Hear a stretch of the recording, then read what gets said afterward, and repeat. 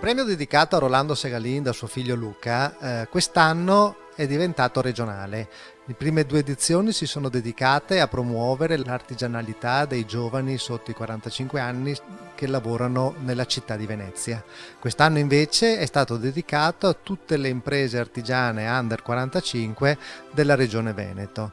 29 sono le aziende che hanno partecipato da tutte le province del Veneto. Gli oggetti sono stati oggi visionati dalla Commissione e ai primi di ottobre verrà proclamato il vincitore e le menzioni speciali da parte della Commissione in Camera di Commercio a Venezia in un'apposita manifestazione che verrà fatta alla presenza della Commissione, che è composta, oltre che dal segretario Francesco Giacomin della Commerciato del Veneto e da Luca Segalin, promotore del progetto, dall'ex sindaco di Venezia e filosofo Massimo Cacciari e dall'ex rettore dello IUAV di Venezia Follin. Le opere sono state apprezzate, sono di diversa fattura, si va dalle giacche alle chitarre, dalle moto alle opere di ceramica fino alle lavorazioni di argento e alle collane, alle scarpe e agli oggetti di vetro. È un modo per promuovere delle opere che nascondono dietro di sé grande lavoro, grandi competenze, grandi fatica che difficilmente la gente quando le vede riesce a cogliere.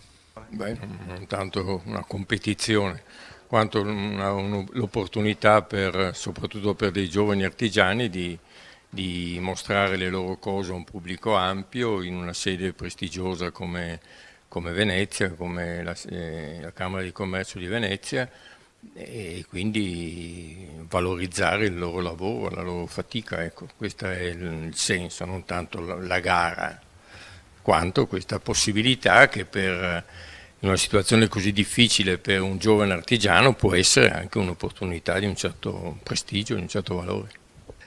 Guardare il lavoro di questi giovani artigiani apre un po' la finestra verso dei mestieri che in realtà sono un po' dimenticati e che la gente non conosce. Ma io credo che sia assolutamente fondamentale, non solo per il nostro paese, per la nostra regione, per la nostra città, che venga sostenuto in tutti i modi l'attività del lavoro manuale, artigianale, quello che una volta c'era e che adesso sta scomparendo.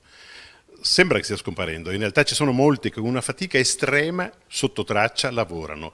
Il premio Segalin ha lo straordinario merito di aiutarli a venire in luce, a uscire allo scoperto. Ecco, da questo punto di vista io credo che qui ne abbiamo una buona rassegna e il merito del premio è proprio quello di fare questo, di sostenere, di fare vedere che esiste ancora, nonostante le difficoltà, un lavoro artigiano nella nostra terra, serio, attento al passato e attento anche alle nuove tecniche. Perché si dà così da fare per dare visibilità ai giovani artigiani? Perché penso che sia il modo migliore per ricordare mio padre, che ovviamente presso il suo atelier di Venezia in Cala di Fuseri ha per anni ospitato tanti apprendisti che dopo hanno preso la loro strada nel campo dell'artigianato. Ma questa estensione a livello regionale la vede come un'opportunità o è una questione che Venezia, pur essendo una grande città di artigianato, ormai sta esaurendo in qualche modo la sua funzione?